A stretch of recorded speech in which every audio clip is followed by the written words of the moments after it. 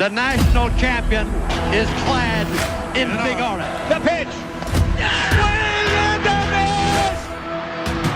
That's the ball game. The national champion is clad in big orange. At Summit and Destiny have met 7 times before. Tonight is number 8. Tennessee Volunteers have wrapped up an SEC outright regular season title. Connect with the SEC runs through Rocky Top. Tennessee wins the SEC regular season crown for the 2nd consecutive season. the 1-0. In the air, right center field. Rocks on the move. Rock it there. Tennessee walks it off. It's a mismatch. Deep range. Come on now. And don't connect. Probably driving this time. Indeed. New hand there. Down the middle. Got it. The fly is high and again. And he's going to take it. Touchdown, Tennessee. Hey, how much fun is this?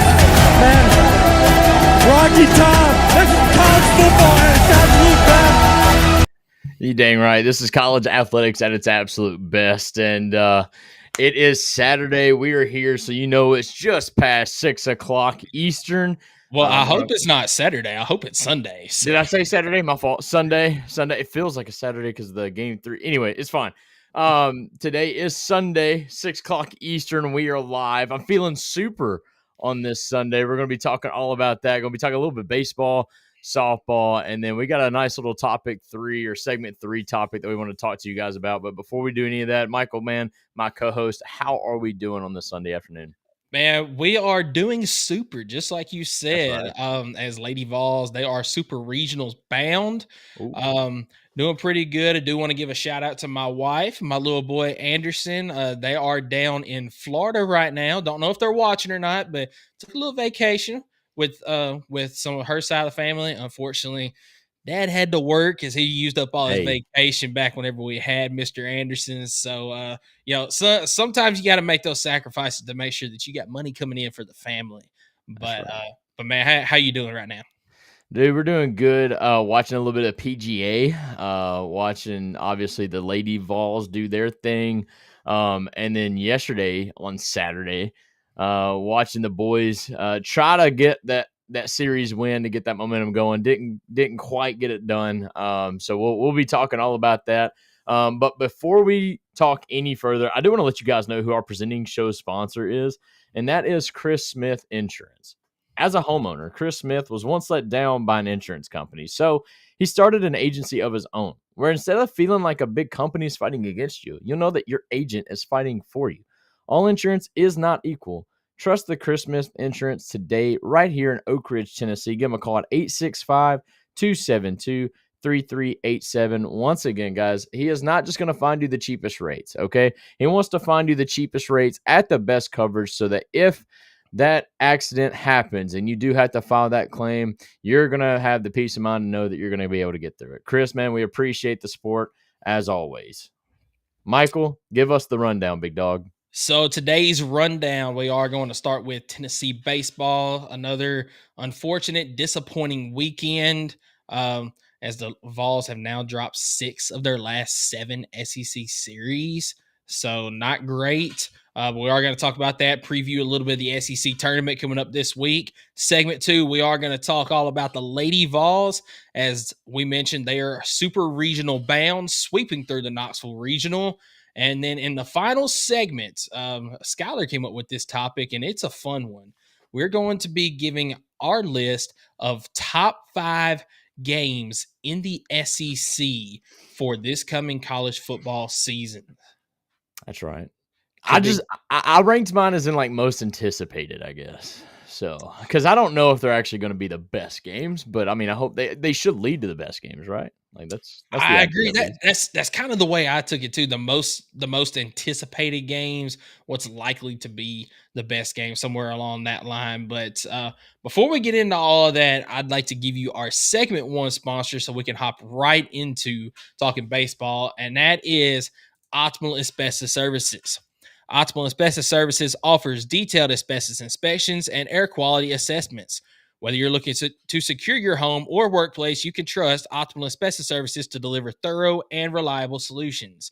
You can contact Jeff Mull at 865-223-3297 for your consultation today, or go on the web at optimalasbestosservices.com.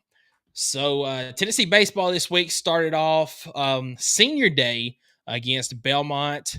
Got a big win there. Ended up taking a little bit longer than expected due to the rain delay that happened after the second inning, but Right. it didn't matter as the Vols come away with a 9-4 victory in a big celebration of Hunter Inslee on this night. I love the fact that he also went home. Like he went yard.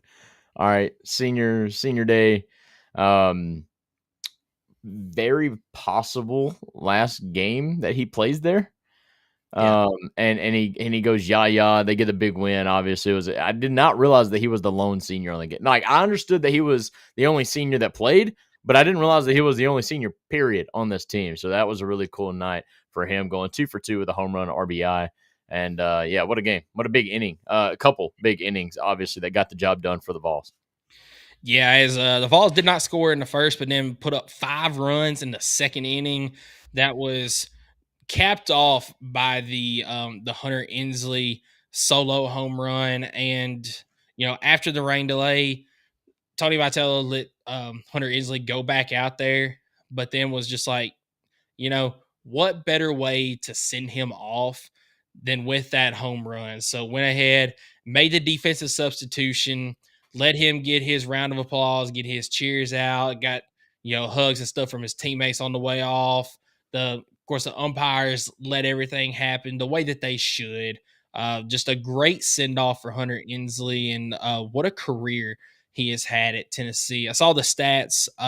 So far, of course, this doesn't include this season. He has been a part of 3 teams that have made the Super Regionals, 2 College World Series appearances, 2 SEC titles, and a national title. And those SEC titles, that's regular season and tournament. And they double dipped last year. So yeah, and then double dipped in 22 as well. Yep. So yeah, it's pretty special what he's been able to do in his stint here at the University of Tennessee. Probably the most polished trophy case that you can imagine for a player that spends their career here. And credit to him for doing it the right way, especially in this time of age. He pretty much joined when NIL was becoming a thing, and he still stayed, tried and true to the orange the entire time. So yeah, a lot of credit goes into Hunter Inslee. I know they played a baseball game, but to me, this game was way more about the seniors. And if there was more than one, then I would talk about all of them. But what Hunter has meant to this program, and the fact that he came back, and what he's doing now with obviously a struggling team, but he's been the one like absolute stable guy in our lineup that has been able to get you hits no matter what. Him and honestly the Andrew Fisher. Yep. So we'll talk about those guys, I'm sure, coming up in the weekend series when we get to it. But yeah, this was just a special night for Hunter. Yeah, absolutely. So Vols take care of business the way that they should in this ball game. Moving ahead to game 2 of the week, game 1 of the Arkansas series. And what a fun game. It was a very fun game from start to finish, as Marcus Phillips actually took the mound in game 1 here, trying to let Liam Doyle stay on his normal rotation on Friday nights. They moved Marcus Phillips up moved him up to the game 1 role, and the Vols fought behind him, and he fought on the mound. And Tennessee came out with a big game 1 victory, 10-7 here. Thoughts on this first game down in Fayetteville, Arkansas?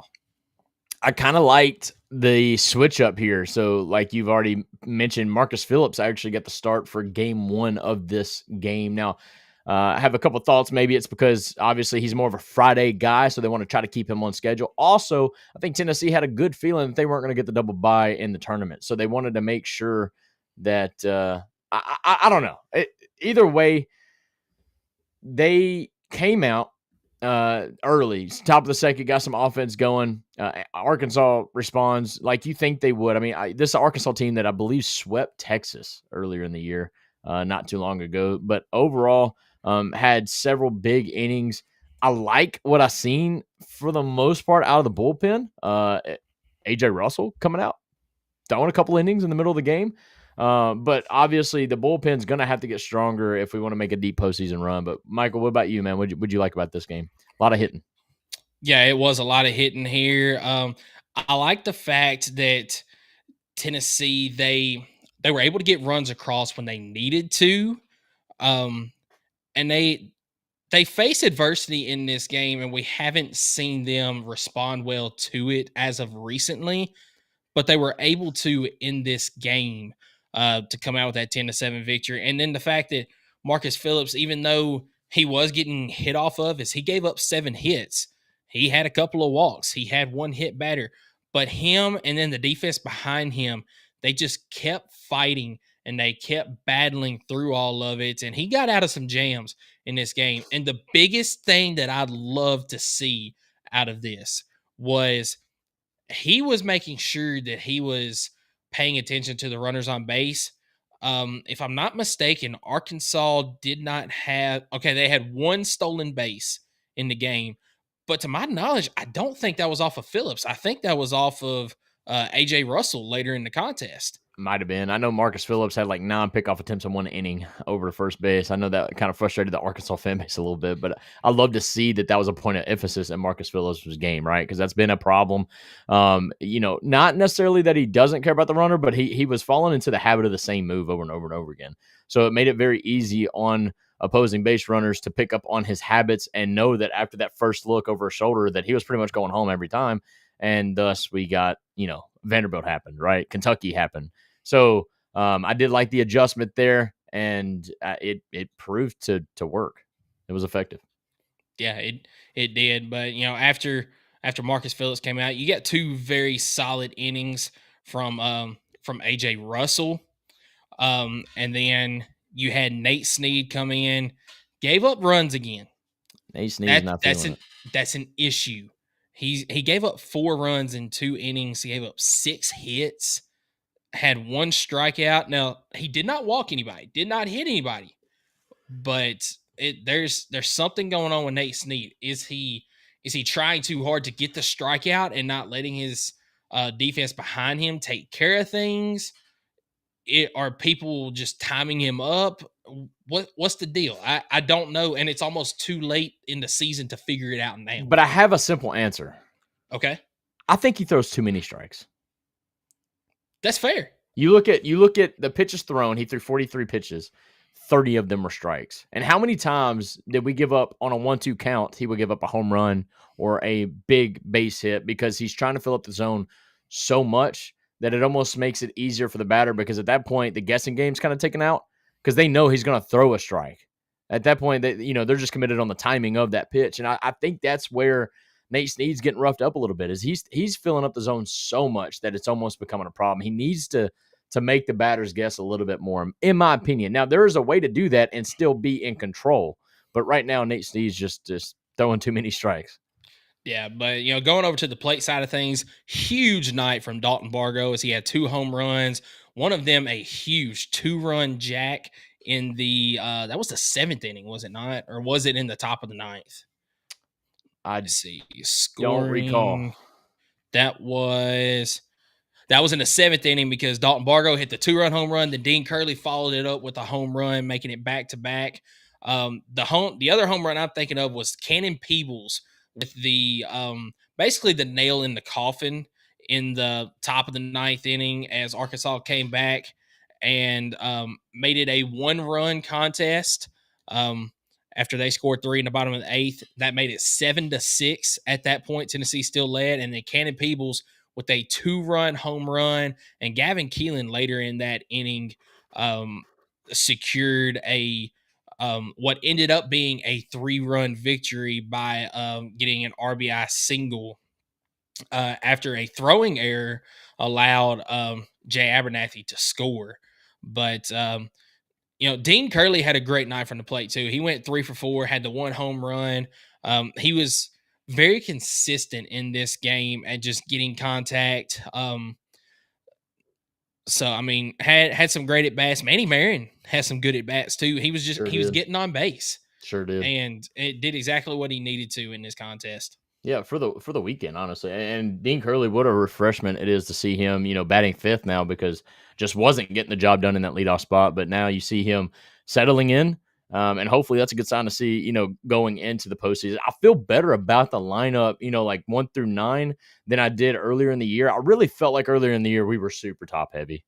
And that was kind of abnormal for Tony V's offense. I mean, last year, we had like what, five players hit 20 home runs or more. Yeah. This year, you're seeing a lot more of the guys that are just hitting like 12 or 13 home runs. But like I said, top to bottom, I feel a lot better. We're now kind of, we're batting 6-7 deep, and here comes Dalton Bargo to the plate, Dean Curley to the plate, and I'm like, okay, these guys still got some power. And then Reese Chapman's kind of gone a little cold, but overall still got that power in him. And then Cannon Peoples, in my opinion, has been hitting and seeing the ball a lot better as of late. But yeah, I love the fact that we're bringing back into the mix Levi Clark, who early in the year, was just popping off as a true freshman. Obviously hit that SEC slump in the middle of the year, and then you see him starting to break into that rotation a little bit more and more. But overall, I'm loving the offense. Getting 15 hits in a game and still being able to score 10 runs, that's what you want to see. Right.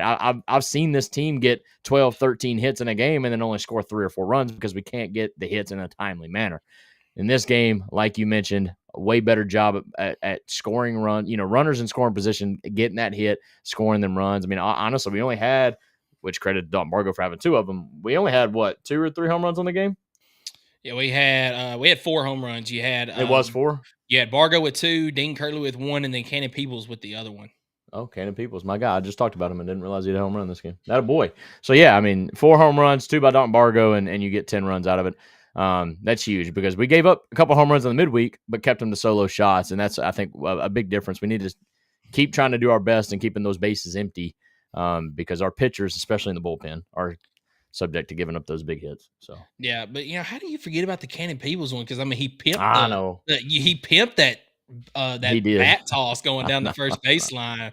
But not anything else on game 1 before we move over to the game 2. No, just as a Tennessee fan, I think as most of us felt going into game 2, it felt different. It felt good almost because it was like, okay, we got the game 1 win, and it wasn't even with our ace. Like, we were going into game 2 feeling really good. And, looking for our first series win, I think, in over a month. This was a great game 1 or, win of the series, and it's just all on what you do after that, right? That's right. So going into game 2, as Skylar said, felt really good. But unfortunately, you dropped game 2 8-6 here. And, this was kind of a polar opposite of what we have seen recently. Liam Doyle has been that staple piece. He's been the guy that you can rely on going forward. And, the bullpen afterwards is what screws up sometimes. In this game, all 8 runs that Arkansas scored were off of Liam Doyle in the first 4 2/3 innings. And the bullpen didn't give up a single run. Matter of fact, they only gave up 2 hits the rest of the contest. But by that point, you put up 8 runs in 5 innings there, and it's hard for a team, even as good as Tennessee is at the plate, to score enough runs to come back from that. And that's what you saw in this game, as Arkansas's bullpen did a fantastic job as well. Liam Doyle takes his 3rd loss of the season, still got 10 strikeouts. But when you give up 11 hits and 8 runs, 2 walks, and a hit batter as well in 28 batters faced, that's not a recipe for success. And he gave up 3 home runs out of those 11 hits. Yeah, this is one of those games I'm alluding to that, like, you got 14 hits. You out-hit Arkansas. A costly error and a very costly error. Man, we got to clean up the errors, man. It's been crazy. But you only get 6 runs on 14 hits. That is a problem. But Levi Clark coming in clutch with a 1-for-4 day, hit the home run, 2 RBIs. Also had a walk in there. But, honestly, this was Andrew Fisher just put on a show, going 3 for 5, had 2 doubles on the day. Dean Curley going 2 for 4. He did score twice. He also had a double. Reese Chapman adds a 2 for 5 day with a double. And then Kenan Beebles goes 2 for 4 with 3 RBI. Not the home run. Levi Clark had it. I was about to misspeak there, but I caught myself. But no, and then Manny Marin going 1 for 3. Like you said, Manny Marin, ever since he's kind of taken on that bottom of the lineup spot, he's done a great job at being like that second leadoff, right? Where we always talk about that ninth hole batter needing to get on base to bring up the top of the order and really spark some offense. I tell you what, Manny Marin's doing a great job at that. And if I could take a positive from this, is I feel really good about him in that spot going into the postseason play. His confidence has gone through the roof here lately. And again, we did fall in this game. Another really fun game. I felt like we had a chance, but yeah, I mean, pitching and defense, Liam Doyle got roughed up. I mean, he gave up 11 hits alone, and that was super abnormal. I'm kind of wondering if that maybe was because he didn't play. Obviously, it was a Friday night, but it was game 2. I wonder if that kind of messed up his routine. I don't know, but obviously we made some changes, and I thought it was going to be for the better, but not for Liam Doyle, not today. And you got to credit Arkansas; they're a good team. You do. You got to credit Arkansas, but also, one thing that hasn't been touched on a lot is Liam Doyle has been dealing with like blisters on his fingers, and I don't think that was an issue in this game because, he still had the velocity. He still was hitting his spots for the most part. It was just Arkansas was able to time him up and was able to hit him in this game. And, the old saying is the harder it comes in, the harder it goes out. And in this game, that's exactly what happened with those 3 home runs because he was putting the ball where he needed to, but Arkansas, by the time that ball hits the bat, it's going somewhere.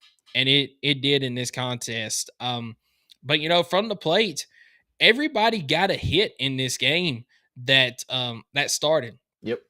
So, I mean, it was a great job from the plate. Just as you mentioned, in this game, you weren't able to get across some of those runs in a timely manner like you needed them to be. Dean Curley had another nice day, 2 for 4 from the plate. Andrew Fisher, of course, had a fantastic weekend, going 3 for 5 in this one. He was 2 for 5 in the first game, I think, and then we'll get to game 3 here in just a minute. But I know he batted over 500 on the weekend against Arkansas. Was it this game? Sorry to cut you off. Was it this game? We had a lot of bad luck. Like Hunter Inslee, I think it was this game where he hit twice into a double play. Yes, it was. He hit twice into a double, maybe even 3 times into a double play. I hope it wasn't 3, but like to your point about getting that timely hit, we left 10 base runners on base. And that plays into the issue. Like we had our opportunities, we had our moments, and honestly, for the most part, like you said, the team was seeing the ball. It's just really unfortunate situations. Like, Hunter, I bring him up and I love Hunter to death, but like you can't get those, especially I think one was like back to back, like 2 times in a row he was up to bat, hit into a double play, and that ruins your confidence, kind of gets you down. You feel like you let your team down because all you need is a base hit through the gap and you score a run or 2. So I mean, it's just things like that. It's baseball, it happens, but obviously it's a little bit of bad luck. So actually going play by play here, it looks like this was not the game. It wasn't. That he did that. I believe it was game 3 that he did this, of but course. it was still. Comment still stands. Yeah, I mean, it was still just unfortunate. Every time that he hit it, it just went right to the shortstop, third baseman, right to the center fielder, wherever he hit the ball. It was just right to somebody standing there. But yeah, just an unfortunate weekend for him. But a game that Tennessee really felt like they left on the table because you had your ace on the hill. Yeah, exactly. And you got the runs to help support them early on. It's just when you follow up, getting up 1-0, and then you give up 3 runs, and then you answered the 3 runs by going back up 4-3, and then you give up 2. And like, it was just, couldn't stay up top. And that, credit to Arkansas, though, they were going to come out punching, defending home field, and Arkansas is a solid team. I mean, I think the number 2 in the SEC, and they swept, I believe, the number 1 team in the SEC. So they 100% have the talent. They're probably going to make a deep run, and for sure their goals are going to be to make it to Omaha. So, yeah. And then, I mentioned earlier, just a great job by the Arkansas bullpen. So This was the game that Arkansas decided they were going to play strategy, and they were just going to play a bullpen game. They weren't going to start their normal Friday night, or I guess it'd be Saturday night guy in this contest, because Tennessee moved Liam Doyle to moved him to the number 2 spot on Friday night to kind of keep his normal rotation. So Arkansas playing a little bit of chess there, where in game 1, Tennessee decided to pitch Marcus Phillips, and Arkansas said, okay, we're going to pitch our number 1 guy on Thursday night, try to get a win there. Didn't work out for Arkansas, worked out for Tennessee. So Arkansas originally was coming into this game saying, all right, we will give up this game because we're confident in Friday night, or it would be Thursday night this week. We're confident in that one. We should get a win on that one. We'll give up Friday night. Let Liam Doyle get the win there. Let Tennessee get one. And we're just going to throw our bullpen guys there. Then comes Saturday, which would normally be Sunday. We're going to throw our number 2 guy, and he's still going to beat out what ended up being Tegan Coons on the mound, and then whoever was to follow. And it still worked out in Arkansas's favor as you look at game 3 here against Arkansas. They do get the win 8-4, but it wasn't the way that they drew it up. But yeah, just unfortunate the way that it worked out, because in that game too, Arkansas's bullpen after the starter only gave up 2 runs and gave up a total of 7 hits, which was 7 hits was the same amount the starter gave up, as well as 4 runs the starter gave up. So great job by Arkansas's bullpen as well as Tennessee's bullpen in game 2. But now game 3, just unfortunate game. No, I mean, the difference is the grand slam. Literally, you out hit them again. 2 very costly errors, one by a second baseman that let the ball just go right through his legs. And this was the game where we had runners on and we just kept hitting into double plays, and Arkansas took advantage of the bases loaded situation. That was huge. It absolutely, I think, shut down our team. I love the fight that we still came back, but honestly, if it wasn't for Andrew Fisher, this game is probably way uglier than even what it was. That dude literally did everything he could for this team, going 3 for 4 with a home run, double. He was a triple away from a freaking cycle, and had 3 RBIs. Tegan Coons, in my opinion, pitched okay. I mean, 2 innings pitched. He gave up 3 hits, but obviously big error, giving up the grand slam. He did have 3 strikeouts, but the walks, I mean, you got to clean that up. We can talk all day long about the umpire and the strike zone and all that, X, Y, Z, but at the end of the day, it's baseball. And just can't make that mistake in that situation. And it cost us. It cost us big time as we lose 4-8 here. But, yeah, it's frustrating. I mean, Arkansas, it's showing on the box score. They had 7 hits. I think maybe they had a couple. I don't know where it came from. It's just it's frustrating, but it is what it is. It's baseball. You lose, like the 5th series in a row? Is that right? Yeah, that's right, because you lost 6 out of your last 7. How do we even have a winning record in the SEC? It's amazing that Tennessee still does have a winning record even after all that, but they still won 40 games, but it don't feel like it. No, it really doesn't. But this is a game that started off. It looked like Tennessee was going to be firing on all cylinders. 3 straight hits to start the contest. You scored a run off of it, but then you mentioned after that it was just unfortunate timing on the hits. Weren't able to get runs across. You mentioned the double plays there, as this was the contest that Hunter Inslee just each time he hit it, it was going right at somebody, no matter if it was hard hit or not.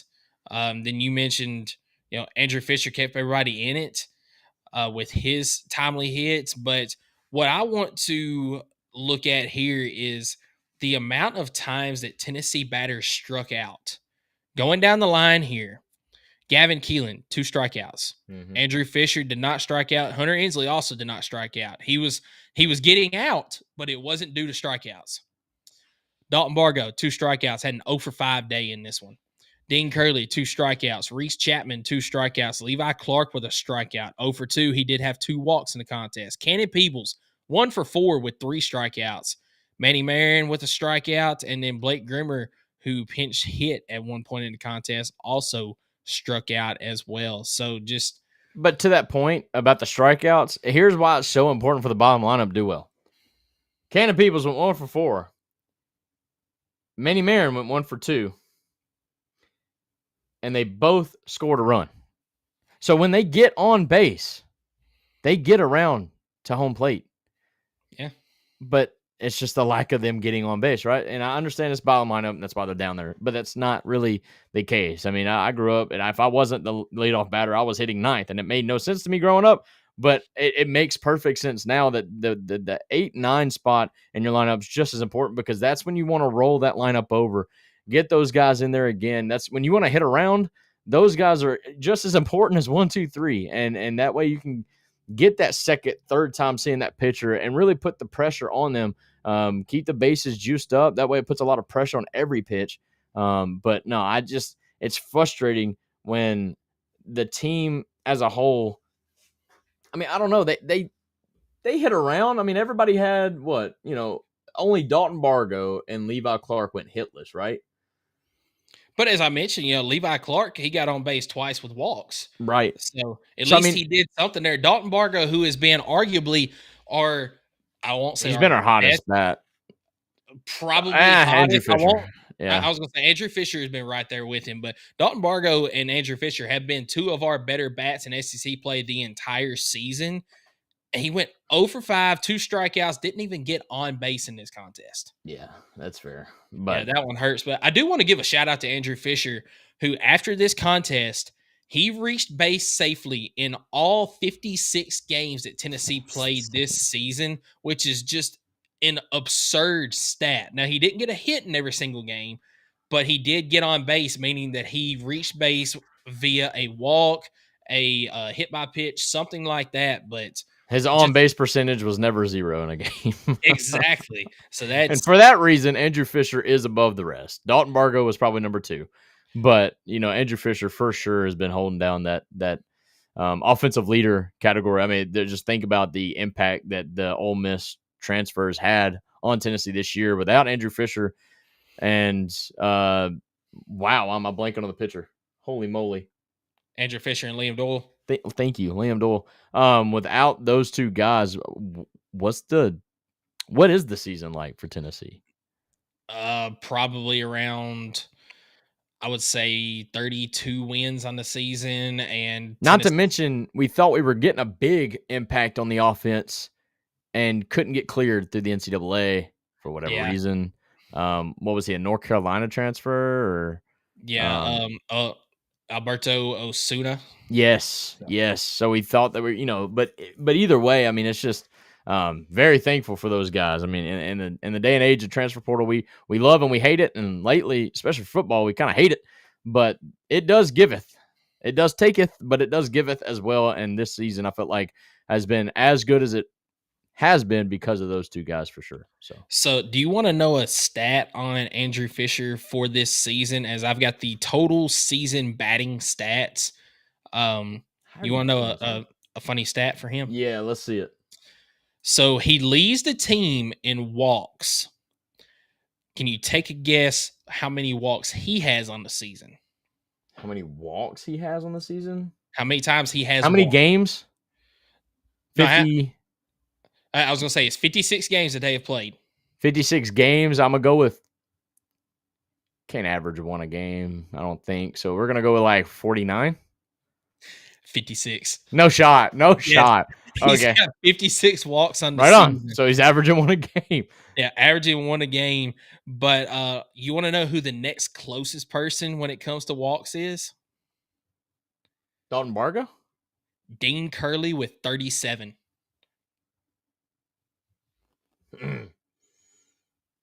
Dean Curley with 37. So Andrew Fisher has 19 more walks than any other person on this team. And that makes sense because you want your leadoff batter, right? And Dean Curley, for the most part this year, has been the leadoff batter. So that makes sense. Yeah. But another interesting fact before we move on to looking at the SEC tournament bracket, Andrew Fisher with runners in scoring position is one of the lowest batting averages on the team. He is batting 273 with runners in scoring position, and that is good for looks like, well, he's in the middle of the pack, 5th worst. You got Antigua and Reese Chapman both batting 250. Manny Marion batting 259, Cannon Peebles batting 260, and then it's Andrew Fisher. You want to know who's automatic with runners in scoring position? Gavin Keelan. Hunter Inslee. That too. So Gavin Keelan is first, and Hunter Inslee is second in runners in scoring position. Heck yeah. Yeah, I figured out where you were finding out all these daggum stats. I had to do my little technique, you know. But look, so my point though about top to bottom lineup, right? Power hitters. Last year we had 5 batters hitting 20 home runs or more. This year, you look at, let's see, we got Gavin Keelan with 14 home runs, and when he hit like the 12th or 13th, he was leading, I think, Tennessee at the moment, and like honestly was like one of the hottest batters in the country. Obviously had the hamstring injury and whatnot, but you have Gavin with 14, Andrew with 22, Hunter Inslee with 10, Dalton Bargo with 14, Dean Curley with 12, Reese Chapman with 11, Levi Clark with 9, but Cannon Peebles with 11. And 8 of those are in conference play. Yes. And I was about to say, and for some of these guys, majority of theirs are not in conference play, but for Cannon Peebles, he's really been hitting his best against the SEC conference. Him and Dalton Bargo both. That's right. So, no, I mean, I love it. It's just a little bit more even top to bottom.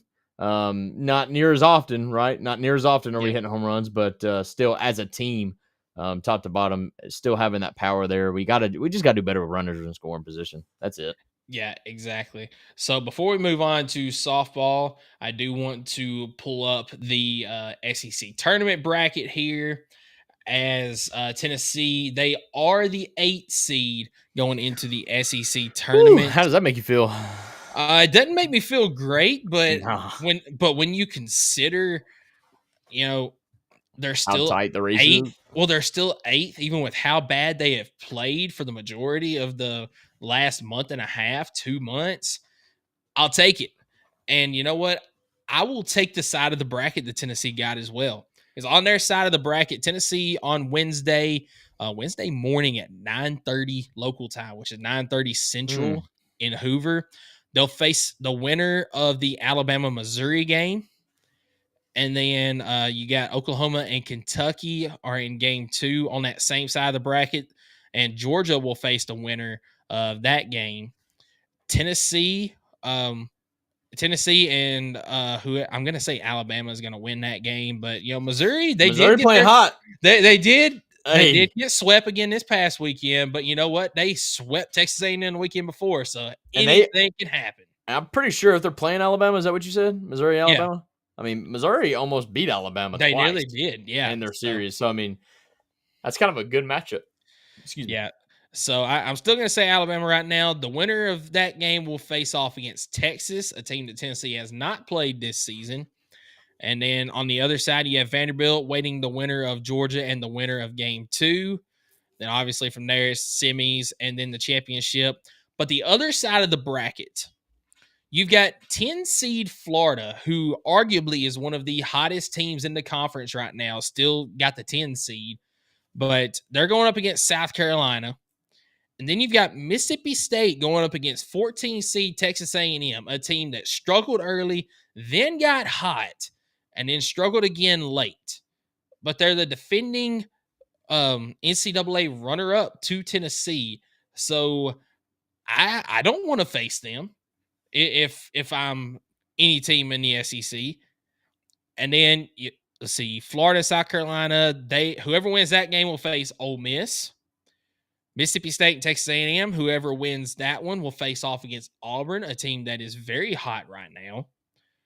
Arkansas waits the winner of Ole Miss and the winner of game 3. And then LSU will face the winner of Auburn and the winner of, or whoever wins between Auburn and then the winner of game 4. And of course, semis and championship from there. So I like the side of the bracket that Tennessee is in compared to the other side, but it's still a long road to go if they want to win another SEC tournament. Yeah, it's a good point. I think the other side of the bracket is just a bunch of unknowns, right? Like a whole lot of, who knows what's going to happen. So with that being said, yeah, I mean, I agree with your take on Florida, though, 100%. They've been playing pretty well as of late. Obviously started the SEC season, I think. I know they got swept by the first 2 opponents. They were 0-6. I'm They pretty sure could've. they started off 1-8. Yeah, they could have lost the third series too, but I think they did get a win in that one.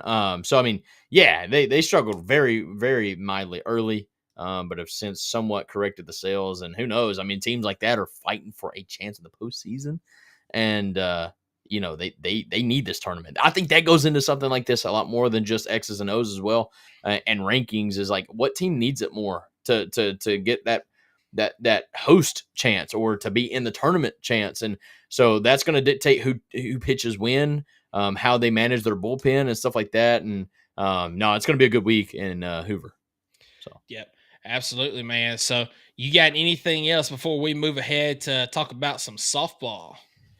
I don't think so, but I do want to kind of talk a little bit about softball because it's done feeling down and out. I want to feel super. I want to feel the new Superman's coming out.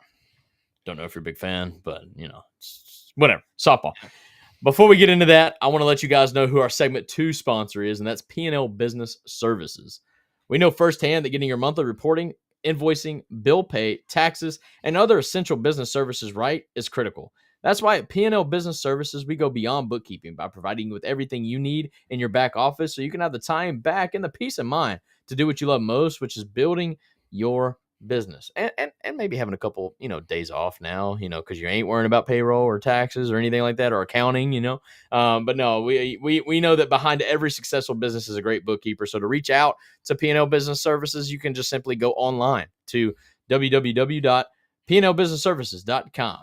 We appreciate your guys' support also right here in Oak Ridge, Tennessee. So yeah, we got to talk softball and regionals. We are a host. We got that 7 seed, which I think me and you were both a little surprised by, but the RPI ranking helped carry the Lady Vols to that number 7 seed.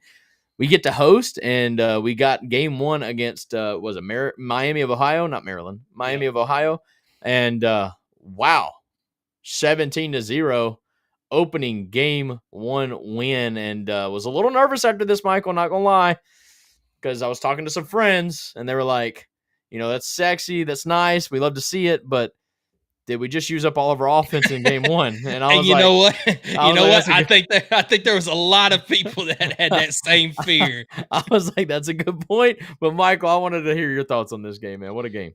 So it was a game that Tennessee did exactly what they needed to. You put your best out there on the mound to make sure you get a win. And Carly Pickens, and she goes 3 innings, gives up 2 hits, 1 walk, and 6 strikeouts in 11 batters faced. So she did her job, and then, the first inning, nothing happened. Second inning, you get 2 runs across, but then the third inning, Tennessee just lit up at the plate. Let me just pull up the third inning stats here. It started off with, as far as runs coming across, Emma Clark doubled down left field line with the bases loaded, scored Schuler and Allen. And then Gabby Leach comes up to the plate with a 3-run home run. Sophia Nugent was hit by a pitch with the bases loaded that caused a run to come across. But Boo Gibson walked with the bases loaded. And Laura Mueller comes up and gets a grand slam to clear the bases, round out the scoring there in the third inning as 11 runs come across the plate in that inning. But Tennessee still wasn't done as in the fourth inning. They scored 4 more as Savia Morgan had an RBI single, and then Sophia Nugent with a 3-run bomb to finish things off. Just a great job from the plate in this contest. And after that 11-run third inning, Karen Weekly said, Carlin, you did your job. I don't need you anymore. We're making sure that you're saved for whatever else we need you for in this series. But it's Sage Margetco who shut the door the rest of the way. That's exactly right. And I think to point out the scoring, I mean, obviously 17 runs, we could talk about. I want to more so point out what the Lady Vols were able to do with 2 outs. It's kind of been a problem, getting that timely hit, especially for this offense. It's been a discussion piece, honestly, all season and postseason is like, what is this offense going to be able to do? And got to credit the Lady Vols for really putting that kind of talk to the side, just focusing on them. But what they were able to do with 2 outs against Miami of Ohio, special. They scored. Look, the grand slam happened with 2 outs. The runs in front of that happened with 2 outs, all right there in the bottom of third, and then also bottom of the fourth when Sophia Nugent homered. another 3 RBI home run happened with 2 outs. So, I mean, you had over 7, 8, 9, I think 9 runs or so coming on 2 outs. And that is so key and clutch. And I think that is what's going to propel this Lady Vols team to a chance at Oklahoma City. Yeah, that's their version of Omaha, right? The World Series. That's right. So, I just really clutch hitting with 2 outs. This weekend, yes, but in game 1, precisely. Yeah, exactly. But just the Lady Vols doing exactly what they need to in this game against an inferior opponent. Didn't waste time with it, and moved on to the winners bracket, game 2 against Ohio State. Payback is a really, no, I'm joking. Yeah, it stings, don't it? You want to finish that sentence there? Nah, family friendly here. It's just, it's a get back is what I'm going to call it. We gotta get our wins where we can after that last December, right before Christmas too, man. We had families, bro. Like, come on. But no, Lady Vols taking care of business in game 2, this is a huge game. I mean, this is winners bracket. The winner of this game, not that it's stress free, you still got to go out and play, but you got that undefeated part of going into the championship Sunday, knowing that you would have to lose twice to not make it to supers. Yep. So, Lady Vols coming out, Carlin Pickens. The reason why it was key for game 1, right? She didn't have to pitch all that much. Yeah. What you said, 3 1/3 or something like that. She went 3 innings. Just 3 innings, right? Yeah. So the arm, I mean, honestly, she's used to going 7 or 8 and having to turn around and go another 7 or 8. So she was able to go right back into this game and pitch a full game. And might I add, she pitched a gem. Got a little roughed up in the 6th, but dude, 10 strikeouts, 7 innings. She only gave up 5 hits, only walked 2 people, and your offense did just enough. This was a great game.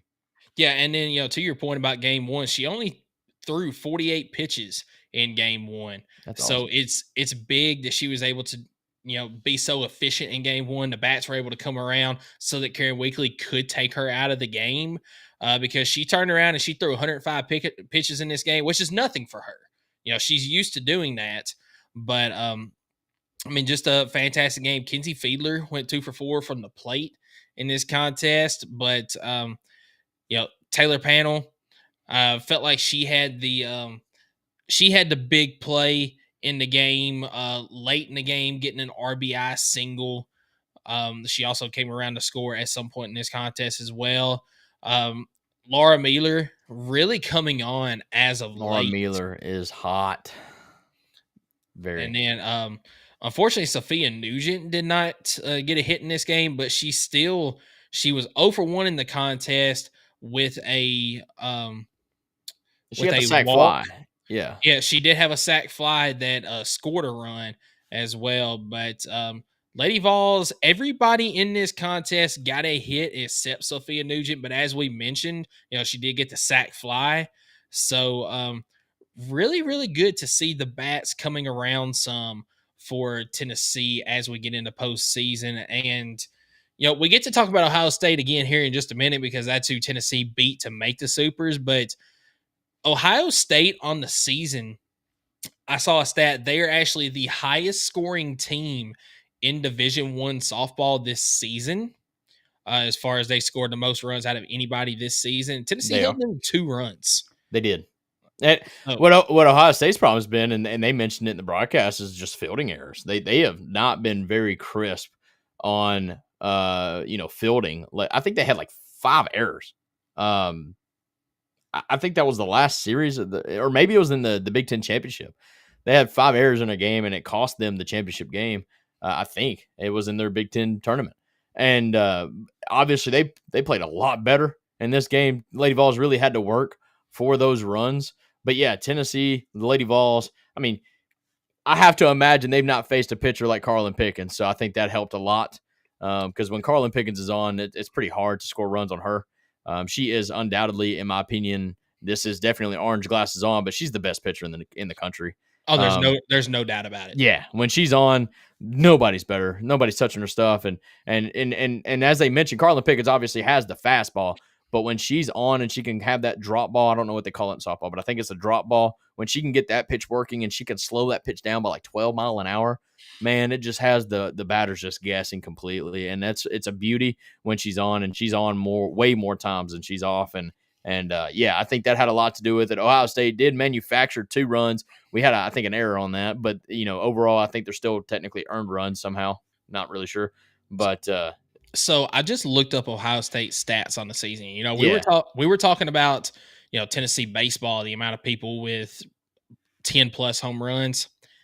This is Ohio State, just going down the list. I won't say the names because it's just got the last names, but going down the list: 20 home runs, 25 home runs, 18 home runs, 19 home runs, 12 home runs, 9, 12, 6, and 16.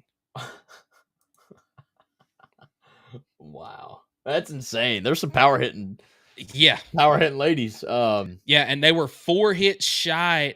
Now, obviously, by the time game 3 rolled around against Nebraska, and then obviously game 4 for them against Tennessee, they made it over this mark. But as of this game right here, they were 4 hits shy of having 500 base hits on the year. Yeah, I'm looking at their offensive averages, and let's see, all but 2 of their starting lineups hitting above 300, and 1, 2, 3, 4 of the ladies are hitting above 350, including one batting a whopping 463 on the year.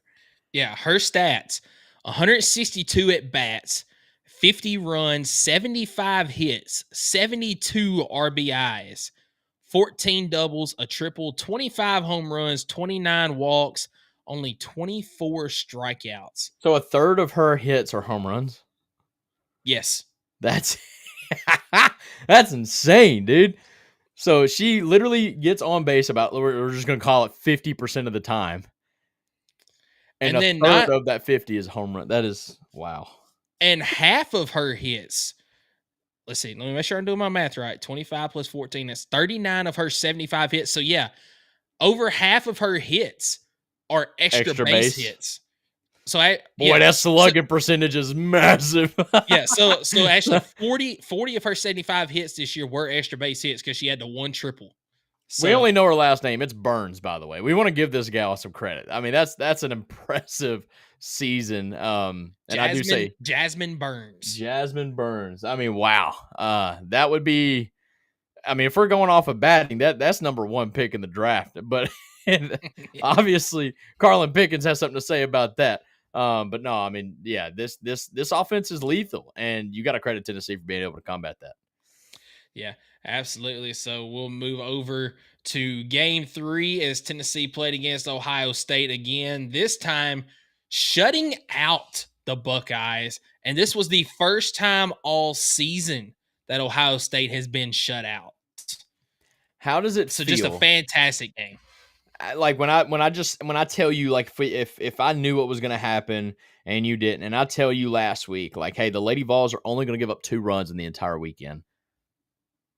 I mean, what would you say to that? It's just another day at the office. Carlin Pickens pitches all 3 games. Yeah. I mean, if I'm being honest, it's just another day at the office for Tennessee softball. Because let me flip how many that, times? So they scored 26 runs too. So they outscored their opponents 26-2 on the weekend. Yeah. That's a little different. That is different. Because normally it'd be like, okay, if we only gave up 2 runs, we probably only scored like 8, 7. But no, it's just, what a weekend for the Lady Vols. I mean, just this is the answer that you needed, right? Going into the postseason, just basically dog walking through your regional, going to supers. Do we know who they're playing in the supers yet? We do. They're playing Nebraska. Let's talk about this for just a second. Yeah, let's go. So I was mentioning Nebraska earlier with Ohio State. They actually played North Carolina, not Nebraska. Okay. So the other side of the bracket that Tennessee is facing off against, that is the bracket with LSU, Nebraska, Southeast Louisiana, and I forget who the 4th team was. Southeast Louisiana on night 1 upsets LSU. I think I remember that. Yeah, they upset LSU in game 1. I remember watching the end of it. And then Nebraska gets a win. Like I said, forget who they played. Nebraska ends up beating Southeast Louisiana. So LSU ends up facing off against Southeast Louisiana again in an elimination game last night. And Southeast Louisiana walks off LSU to make it to the regional finals against Nebraska. And LSU is hosting, mind you. So Southeast Louisiana beat them twice on their home field in the regionals to face off against Nebraska in the regional finals today. And Nebraska ended up winning that game 8-0 in 6 innings.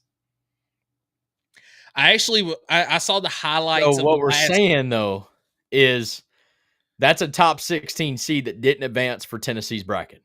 Yes. Oh, which is huge. Is huge for the Lady Vols. I love it. That look, you never want to, put, obviously they're the better team. That's why they advance.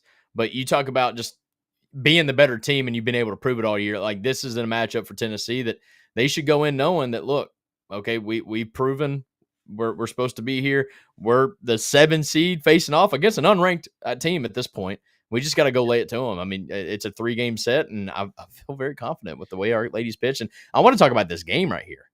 This game was 0-0 going into the 6th inning. And mind you, let me go on a cupcake rant here. Sorry if nobody knows the reason. Yeah. If y'all don't know the story behind Cupcake, just ask around.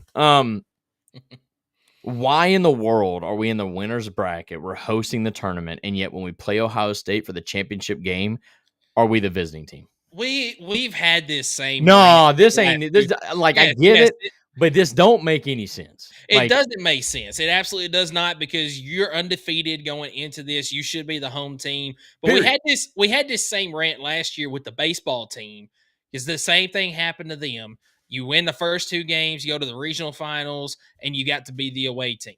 Especially when you win your way there. Like, if we had lost, came through the losers bracket, I understand it completely. At that point, whatever our seeding is out the window, because in the tournament, we're now the number 2 seed in the championship game. Like, I get that. But you won your way to the championship game, and you're hosting, and yet for some reason we're the visiting. Makes absolutely 0 sense. Softball, fix it. Baseball, NCAA, fix it. Stupid. All right, sorry. All right, 0-0 going into the 6th inning. And I want to say, before I get too carried away, yes, it was with 2 outs. Yes, it was with 2 outs in the 6th inning. Sophia Nugent, girl, how you doing? How you feeling? We hit a pop out. It looked like a pop out down the left field line. It literally hits the top of the wall and the foul pole at the exact same time.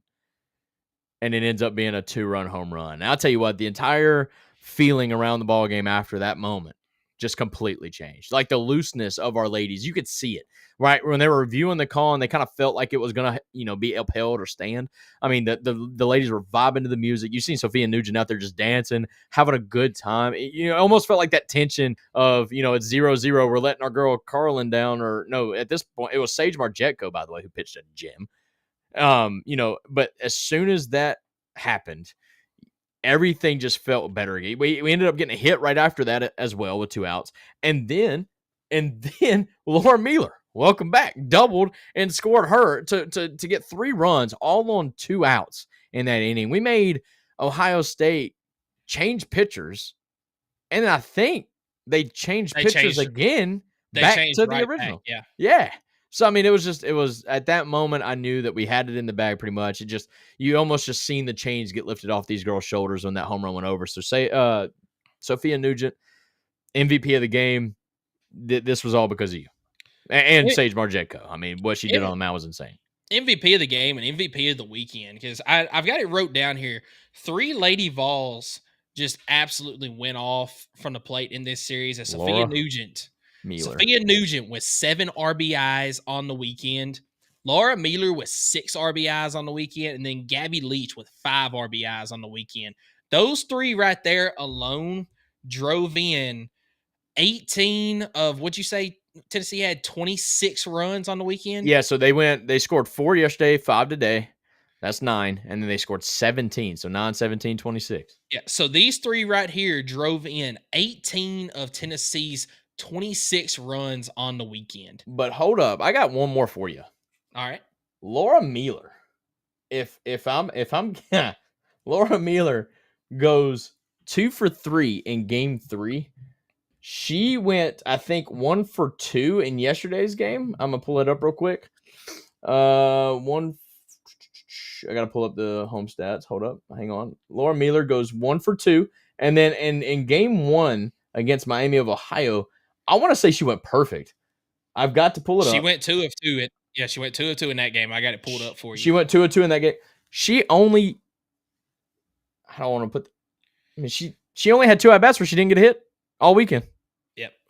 I mean, come on. I mean, she almost went perfect. That's insane. I mean, just seeing the ball very well, and like you said, Sophia Nugent bringing in those runs is a massive, and it just a special weekend for so many Lady Vols on Rocky Top. Yeah, I want to touch on something that you touched on for just a minute.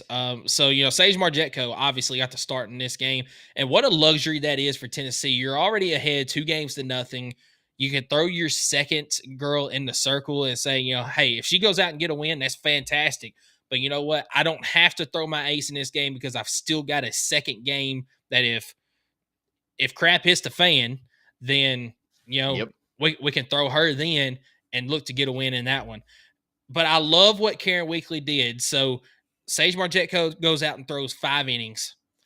Obviously, Tennessee scored 3 in the top of the 6th. And she said, all right, we've got a lead now. I'm going to my ace. And Ohio State's just going to have to go out and beat her.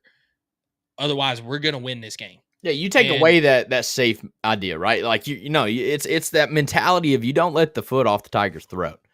You've got them down bad. You go ahead and you finish the job, and that's exactly what Karen Weekly did. I love the mentality of the coaching staff, because not that I'm want to take away anything of what Sage Marjetko did, because she did amazing. But man, she made some awesome pitches to get out of some situations. Like, they weren't necessarily the cleanest innings, but she made the pitches when they counted, got out of there, and it was almost like for Karen Weekly, it's like, okay, if we put in Carlin Pickens, like, obviously we might have some traffic, but for the most part, Carlin Pickens is 1, 2, 3 type of pitcher, and that's pretty much exactly what happened. I mean, for the pitching staff, and it wasn't just 1, 2, 3. It was she faced 7 batters. She had 5 strikeouts, and then one. She did hit 1 batter, and that's why she faced 7 instead of just a minimum 6. But yeah, 7 batters faced 5 strikeouts in the last 2 innings against what we would all say is the best offense in Division I softball, right? Yeah, and stats back it up. Exactly. So stats, unfortunately, they didn't have Carlin Pickens or Sage Marjetko against those stats. They do now. Anyways, just a big weekend for Lady Vols, man. 3-game series, basically, and they walloped through it. Exactly what you would expect, right? And I think they kind of helped the nation prove why they were the 7th. Because I know there might have been a couple folks outside of Knoxville or outside of state Tennessee that were kind of questioning why they were ranked 7th going into this tournament. I think they just kind of proved that right here in this tournament. So yeah, and give me just a second. I'll pull up the bracket here so I see when exactly Tennessee plays. It's either going to be Friday or it's going to be Saturday. Or sorry, either Thursday or Friday. 3-game set versus Nebraska? Yeah, I know it's going to be against Nebraska. I'm not finding right now the dates for it. Like I said, I know it's going to be either Thursday or Friday that they play. Let's see. Let me see. Does Stat Broadcast has upcoming? No, maybe not. No, it doesn't yet. That's unfortunate.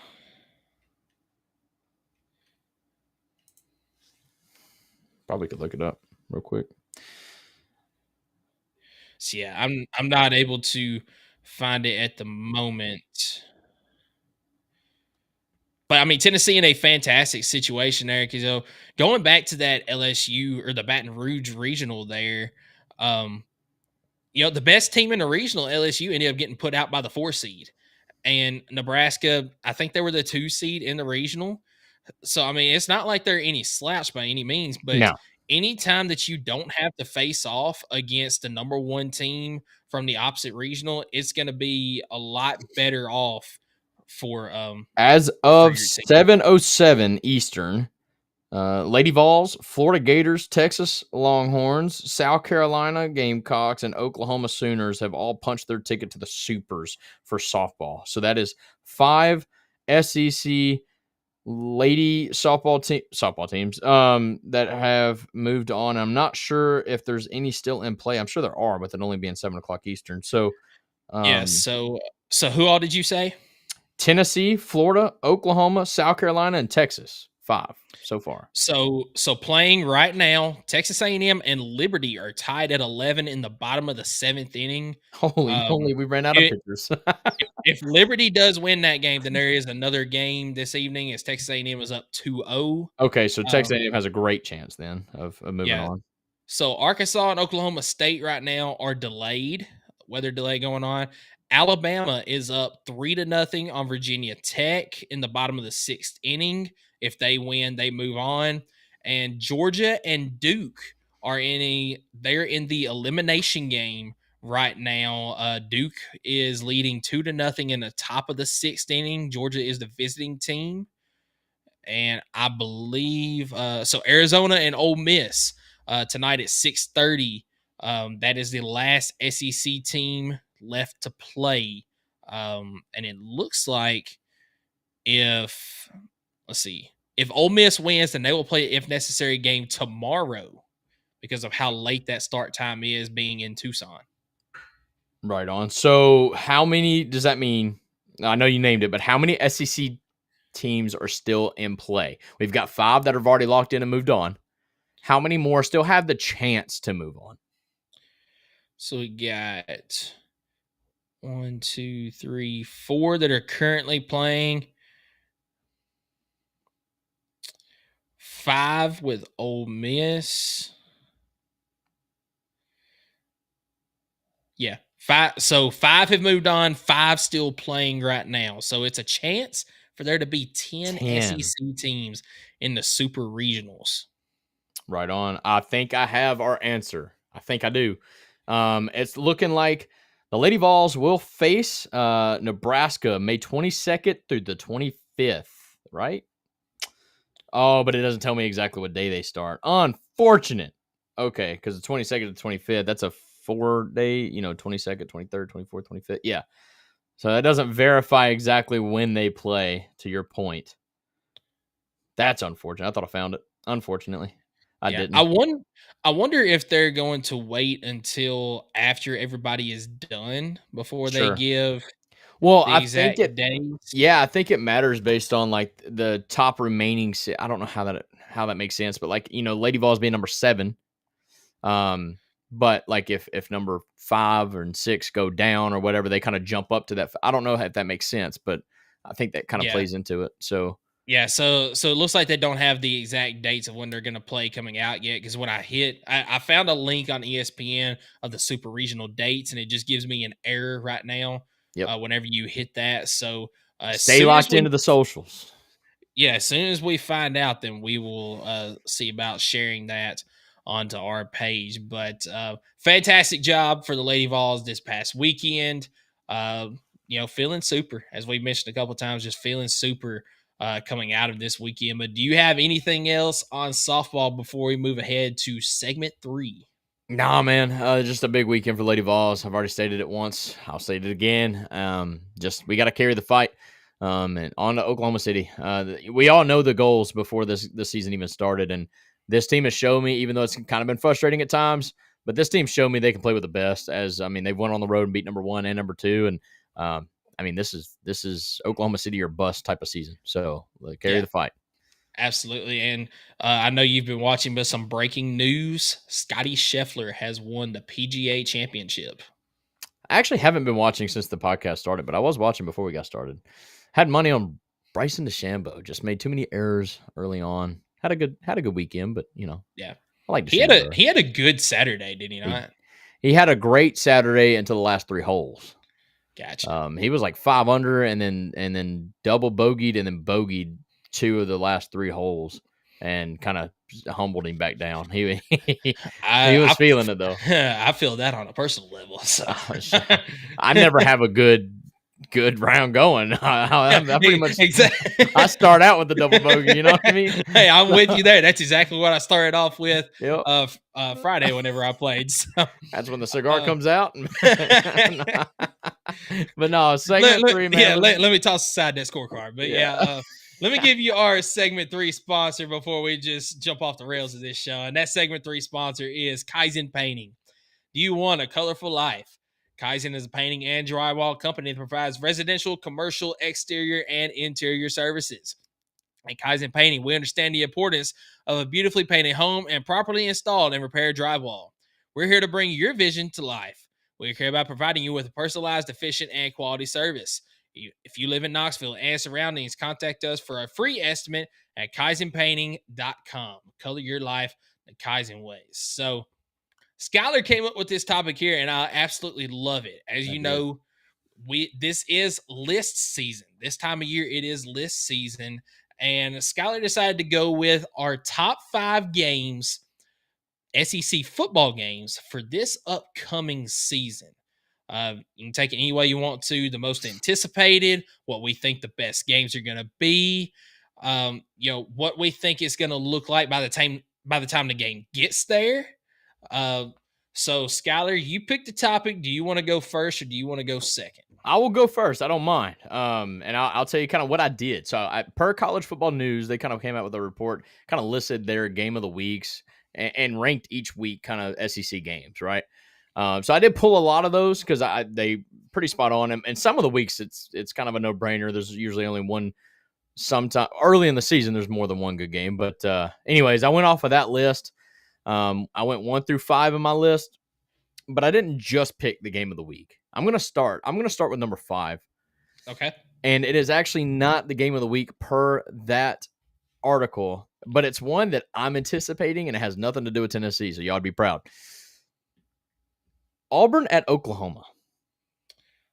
Ooh, so Auburn going to Oklahoma is my 5th most anticipated game of the SEC slate. And the only reason why, if you know the storyline, Jackson Arnold. Yeah, Jackson Arnold going to Auburn. Going to Auburn, but then going back to Norman. Yeah. And wouldn't it be something if he came away with a victory? I think that would bury Venables, honestly. I think, but I think that, just the storylines there is obviously juicing that. But I think these two teams coming off disappointment seasons, but honestly, I kind of view these programs right now the exact same. So I think it would lead to a really good game. Yeah, I think that's a great pick. It's an underrated pick. It is. For I think this it was game, ranked the 3rd or 4th of that week, and but I like it. I love the storyline. And do you remember what week that game is in? Yes, it is week 4. Week 4. So that's an early game. It is too. So marbles should still be there for the taking. So I think that this game right here could define Oklahoma's season, even early on. Oh yeah. So I think as you know, the schedules for the SEC schedules, at least, they didn't change all that often. And Oklahoma, I believe, this year is playing Michigan at one point. I think that's early on. Yep. So I mean, Oklahoma already doesn't have the easiest of schedules, and this is one of those swing games they need. And it got a little bit spicier when Jackson Arnold joined the Tigers. So yeah, absolutely. So I went through the entire list today and looked at the games, and I was able to narrow it down to 6 games. So I've got a tie at 5th right now. Can't do ties. Can do an honorable. I got an honorable mention, so I guess you can do that. All right, so I'll put an honorable mention first, and this one is going to be Tennessee related. It's the Alabama game, Tennessee, Alabama. That's your 5. That's your honorable mention. That's the honorable mention. Whoa! Tennessee against Alabama, the 3rd Saturday in October. This is an honorable mention. When you look at some of the other games this season, I would put this at an honorable mention. And I think the 3rd Saturday in October is an honorable mention. Look, and I'll go ahead and tell you, at this point in the season, I'm expecting Tennessee to have 1 loss, and that's going to be Georgia.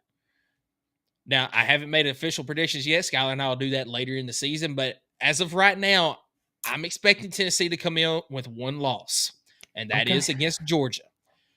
Alabama, I haven't done a deep dive in their schedule yet. I mean, I know I've got the games in front of me, but Dude, Ty Simpson's taking them all the way. So that's the storyline there. Is Ty Simpson going to take this job and run with it and have success? Is it going to be the freshman that he's been battling with all spring? What's Alabama going to look like at this point in the season? And also on the Tennessee side of things, can Josh Heupel jump one of those hurdles that he still has in front of him and beat Alabama on the road? You've beaten Alabama 2 out of the last 3 years, but that 1 year you did not win, that was in Tuscaloosa. You also did not beat them in his first season at Tennessee. Can you jump this hurdle? Because I think it's between this game and there's one other game that actually makes my list a little bit higher later on, just a spoiler alert, that is going to determine whether Tennessee goes 10-2 or 9-3, possibly worse. So that's why I have this one at my honorable mention. So the game they ended up making number 5 on my list, it is the battle for Texas. It's Texas A&M and it's Texas. okay, I like that one. Texas obviously is projected to be en route to another college football playoffs. They're one of the highest. They've got some of the best odds to win the national title this season.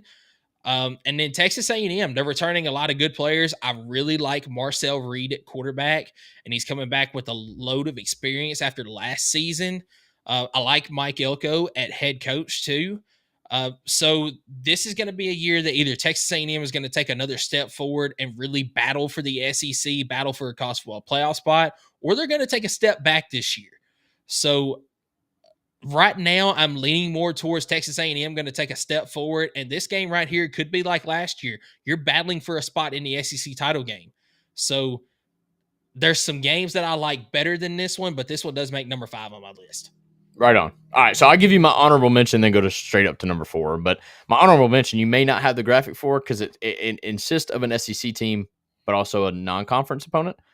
And my honorable mention, I think that's why it's honorable mention, is Texas. It's week 1. It's Texas, Ohio State. This is your honorable mention? Swear. I've got a really good reason why. Okay. It doesn't matter. It's so early in the year. Whoever loses still has absolutely all the time in the world to correct that loss and still make all their goals that they had in the preseason. And you know that's a fair point. It is a fair point. It's a fair point, especially now that the playoffs 12 teams. I mean, the loser of this, as long as it's like somewhat competitive and it doesn't like kill the confidence of the team, they could absolutely drop this game. I mean, look at Notre Dame and dropping to freaking North Dakota State or something like that earlier in their year, and they still went out and dang near made the championship game. So, I mean, it's my honorable mention because it is a big game. It is, I mean, everybody in the nation's going to watch this thing. It's going to do numbers. It's probably going to have 17 to 20 million viewers, but it's so early in the season that I feel like all the marbles is not necessarily, I mean, it's for the taking, don't get me wrong, but it's not absolutely going to derail a program from not being able to achieve their goals. So that is why it's my honorable mention, Texas, Ohio State. Yeah, so I did not have any non-conference teams as far as the logos to put up here. We don't want to put them on there anyways. It's fine. I mean, spoiler alert, this also made my list, but it was higher than honorable mention. It's fine, and that's okay. It's just because it's week 1, it's hard for me to make it the game of the year type situation. You know what I mean? It's honorable mention. So that's fair. That's a good point. Yeah. My 4th game though. That was my honorable mention. My 4th ranked game of the year. Let me put on my orange glasses. Georgia at Tennessee. Ooh, Georgia at Tennessee. Also early in the year, week 3. However, Josh Heupel has never beat Georgia. It did get a little bit harder because we're not sure who's going to be leading our offense. But Georgia is coming to Knoxville. And one thing I do know is our fans are going to make the spread a little bit tighter than probably what it should be.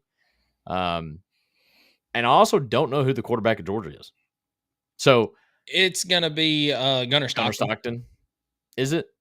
I'm almost positive. Okay. Fair enough. I'm okay with that. So Gunnar Stockton at Georgia still has all the weapons in the world. And then I'm going to throw out my Tennessee fan pick, and I'm pretty sure it's going to be Joey Aguilar for Tennessee. So I think this is going to be a very fun game. It's going to be at home. Gives me a little bit more hope to beat Georgia for the first time under the Heupel era. And I don't know. I think this is going to be a really good game, and it is Week 3's game of the week according to College Football News. Yeah, so it's funny. This actually made my list at number 4 as well. The Georgia Tennessee game. Let's go.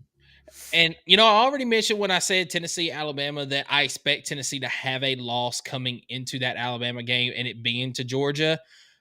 But that could absolutely change because there's question marks at Georgia. There's question marks at Tennessee, especially around that quarterback position. But sitting here today, I cannot pick Tennessee to beat Georgia when they haven't done it since 2016. So until I see I never said anything about Tennessee beating Georgia. I just said this is going to be a good game. Okay. I know. But there's going to be a lot of hype around this game. It's it's early. It's the third game of the season. You get arguably the biggest game in what would be the SEC East if we still had divisions. Yeah. So, and this could be the number 1 game in college football that week. As let me pull up. I've got the schedule for Week 3. So here is the other games that conference opponents play that weekend. You start off Wisconsin against Alabama. Not a terrible game, but there's not a lot of stories around it. So below that, you got South Alabama against Auburn, Eastern Michigan at Kentucky. Florida LSU is a good game. That's a good rivalry.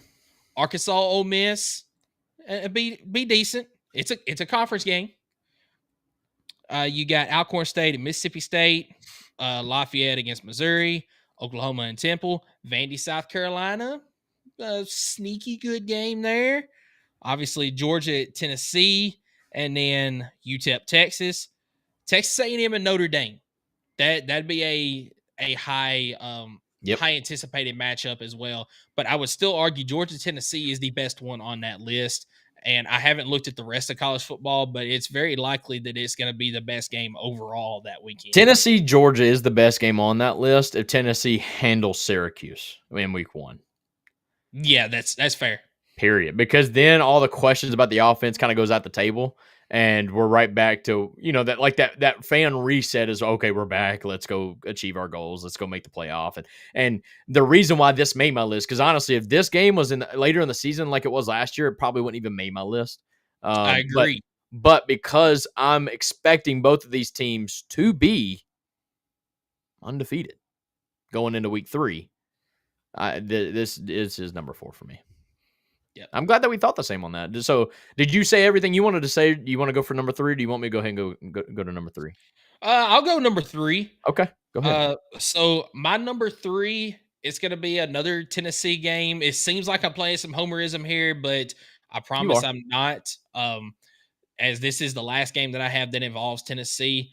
But my number 3 on the list, and you might find this a little bit crazy, is Tennessee against Florida late in the season. And I'll tell you why. Because Tennessee, if you go based off of the FanDuel models and all that as far as win percentages go, Tennessee is projected at 8-4, 9-3 this season. I think Florida is at 6.5, so they're expecting them at 6 or 7 wins. I happen to this year be very high on Florida, and I think that Florida is going to have a lot of success. And I think there's a possibility that Tennessee and Florida both come into this game with 2 losses. And this game right here would basically be who is going to finish the season 10-2 and make the playoffs as an at-large team. That is my anticipated storyline in this game. So you've got Florida and Tennessee both sitting at this point, it would be 8-2, with it being the 11th game of the season. Florida still got a rivalry game against Florida State left to go. Tennessee is a game against Vanderbilt left to go. So both teams coming in somewhere around 8-2. Tennessee, this is yet another hurdle that they have to jump over to be able to get to all their goals. Because Tennessee this year, they have to complete one of 4 goals that Josh Heupel has yet to accomplish. You have to beat Georgia. You have to beat Alabama on the road. You have to beat Florida on the road, and you have to not lose a game that you should win. One of those four, actually two of those four, is what you have to accomplish these goals. You have to not lose a game that you should win, and then beat one of these teams that he has yet to beat on the road or just in general when it comes to Georgia. And in Florida, you're looking at playing for a college football playoff in a time where just last year you were looking bleak as a program. You were looking at Billy Napier possibly being fired, but there's so much talent on this Florida program. And I actually talked to our friend Daniel from the Gator Truth podcast the other night.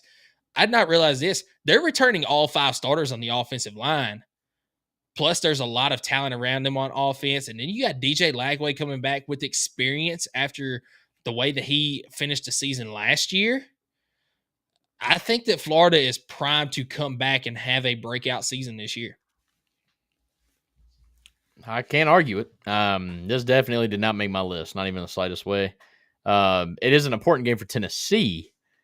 Don't think from a national perspective of the SEC that this makes their top 5 game, if that makes sense. So that's what I was trying to go for. But yeah, if it's late in the year and both these teams still have something to play for, 100%, this game jumps up quite a bit. But I kind of have a little bit of doubt in Florida. I have a little bit of doubt in Tennessee to still have all those, I guess, achievements or goals set out for them to still be there at that point in the season. So, and that's very fair. Like I said, for this game right here, I was going more towards the anticipation of what I think will happen, where the other ones, it's more along the lines of the hype going into it. 100%. I completely agree with you, big dog. All right, so my number 3 is going to be Texas at Georgia.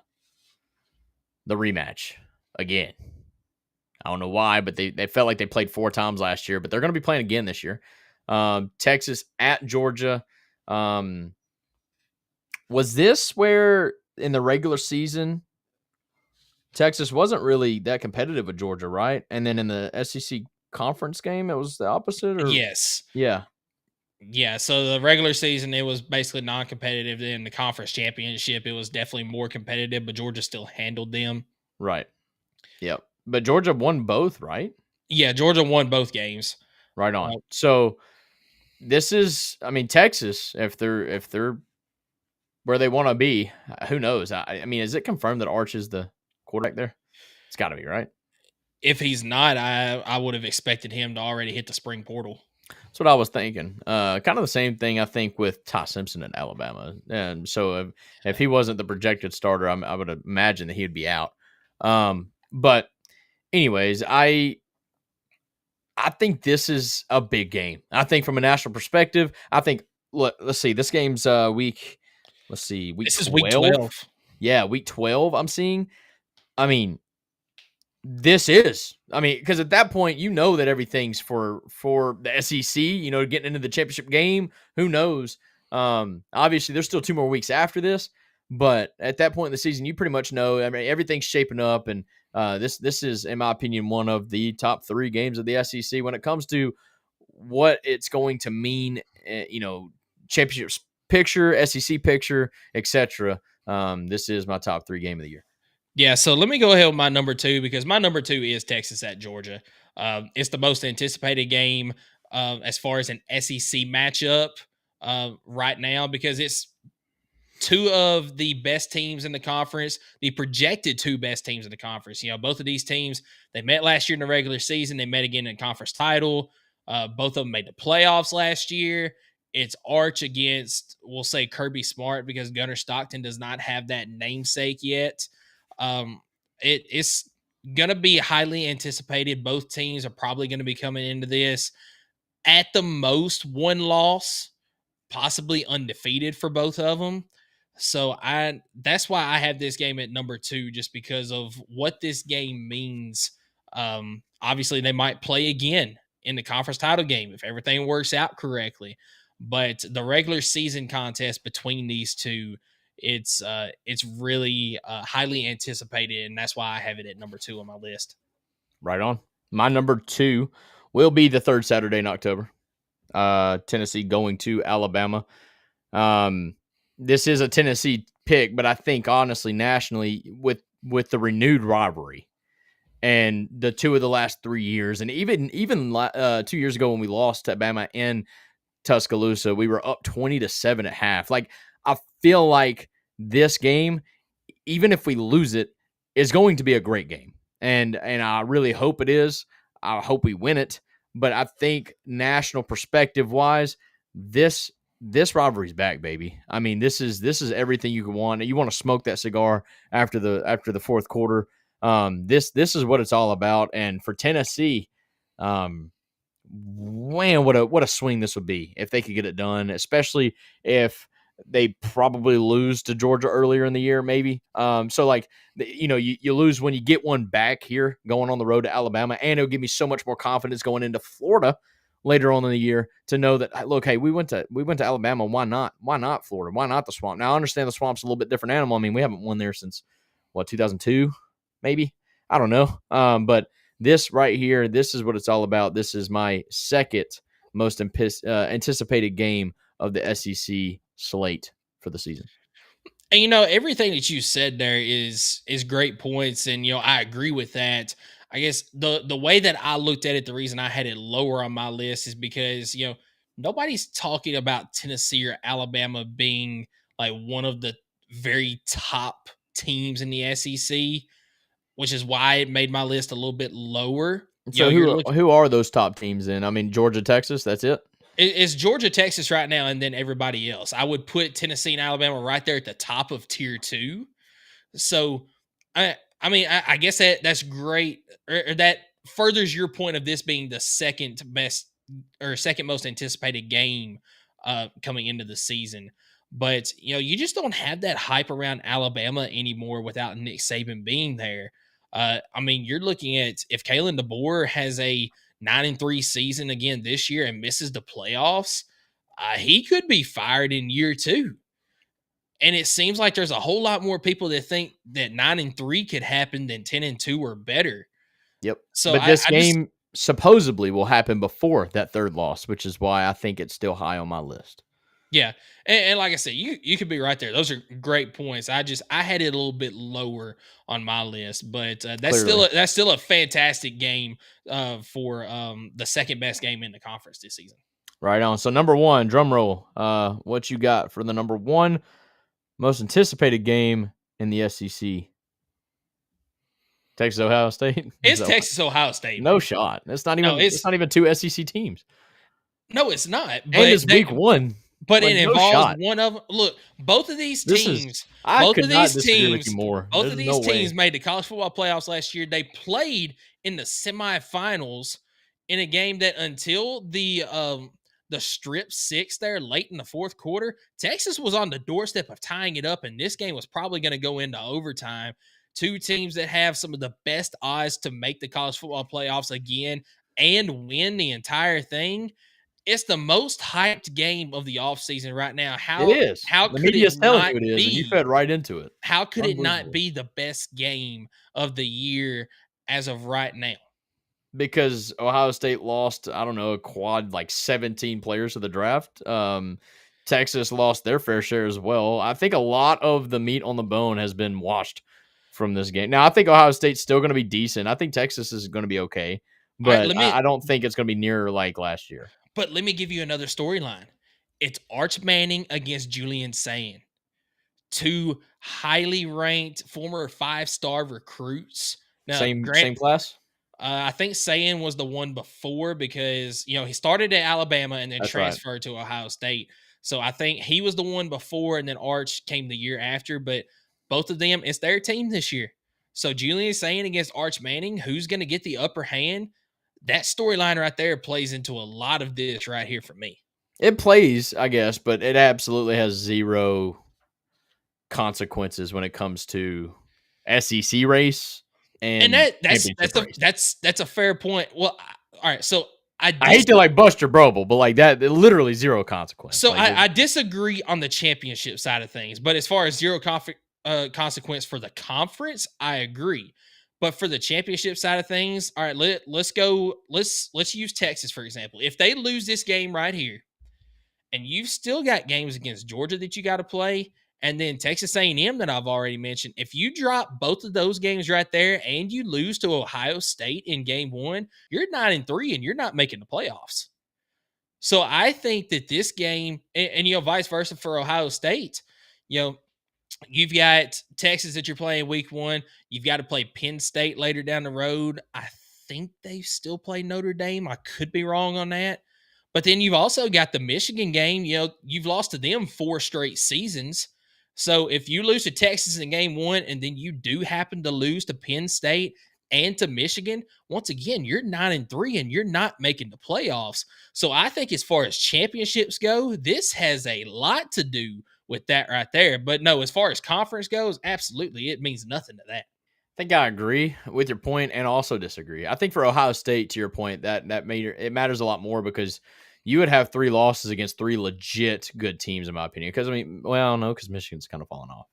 I don't know. I don't know how I'd take that. But Penn State, Michigan, and Texas, if that's your 3 losses, that's kind of like, ooh. But those are 3 highly sought out programs. Texas, if they were to lose to A&M and Georgia, I feel like A&M is kind of one of those that you shouldn't lose to. Now, obviously, they're on the up and up. Mike Elko's really done a great job there. But, Texas goes on to lose those 2 games, especially to A&M. It's almost like, then the Ohio State game doesn't even matter at this point because you lost to A&M and thus should. But I see your point.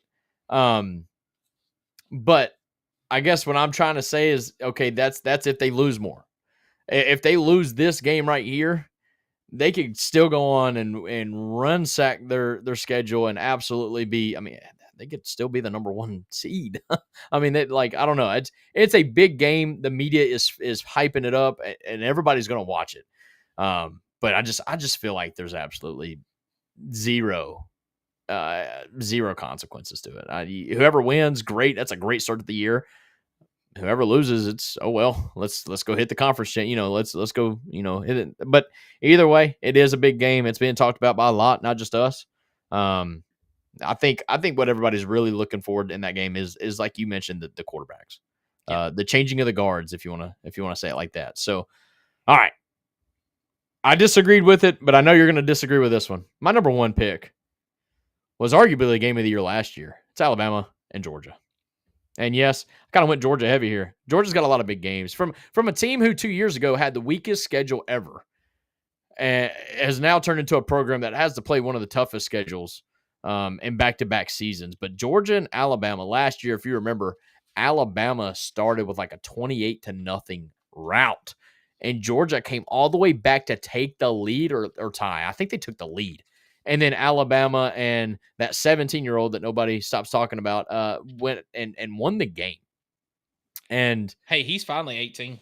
He is finally 18. I heard. So I think this game right here, it is, I believe, week 5. Yes, week 5. It is the game of the week in week 5. I think both these teams should be relatively undefeated, at most 1 loss.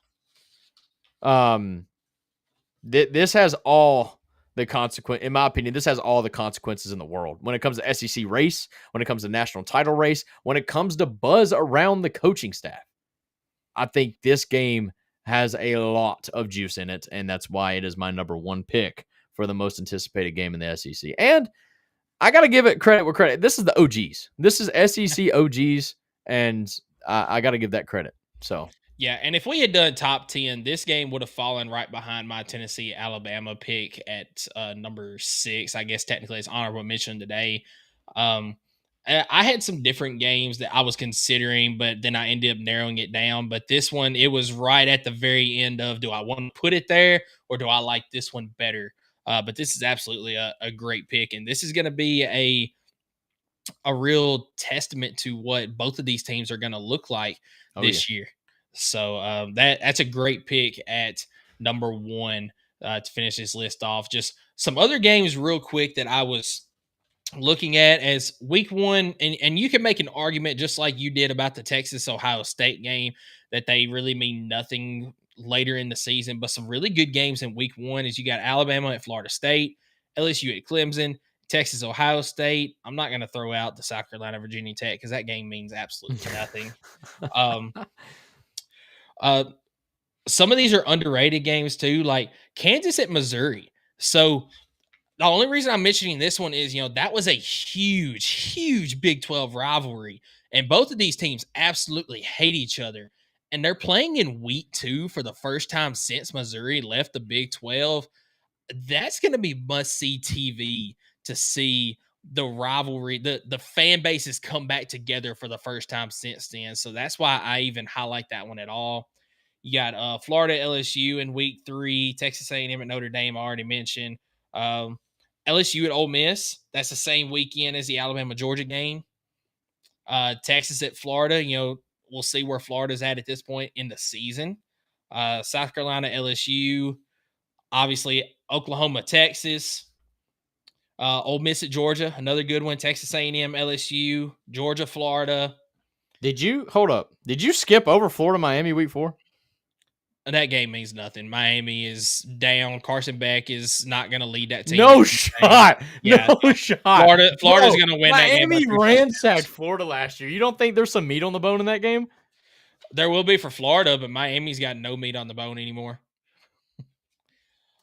Oh, that's I'm going to say words, that's going to be some clickbait coming up because, dude, Miami, I think, has a shot of not just beating Florida again, but absolutely destroying them.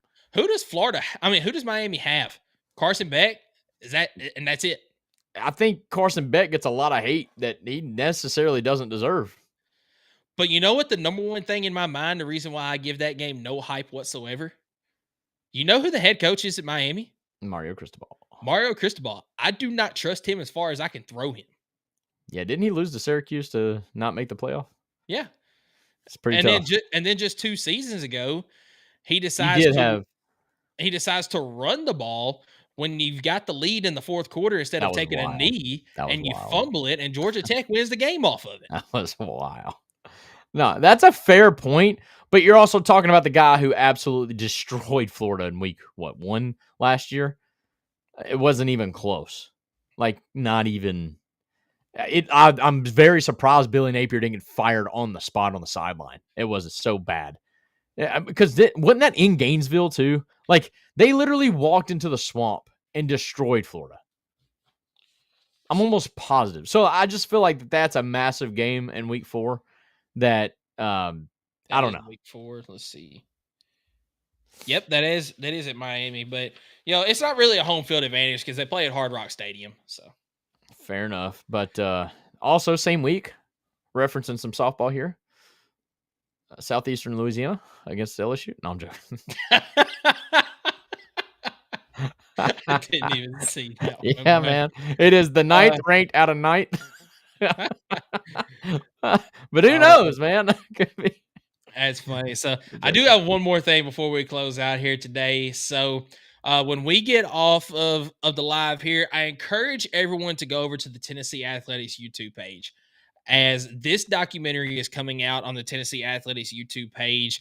It actually went live at 7 Eastern, so about 45 minutes ago.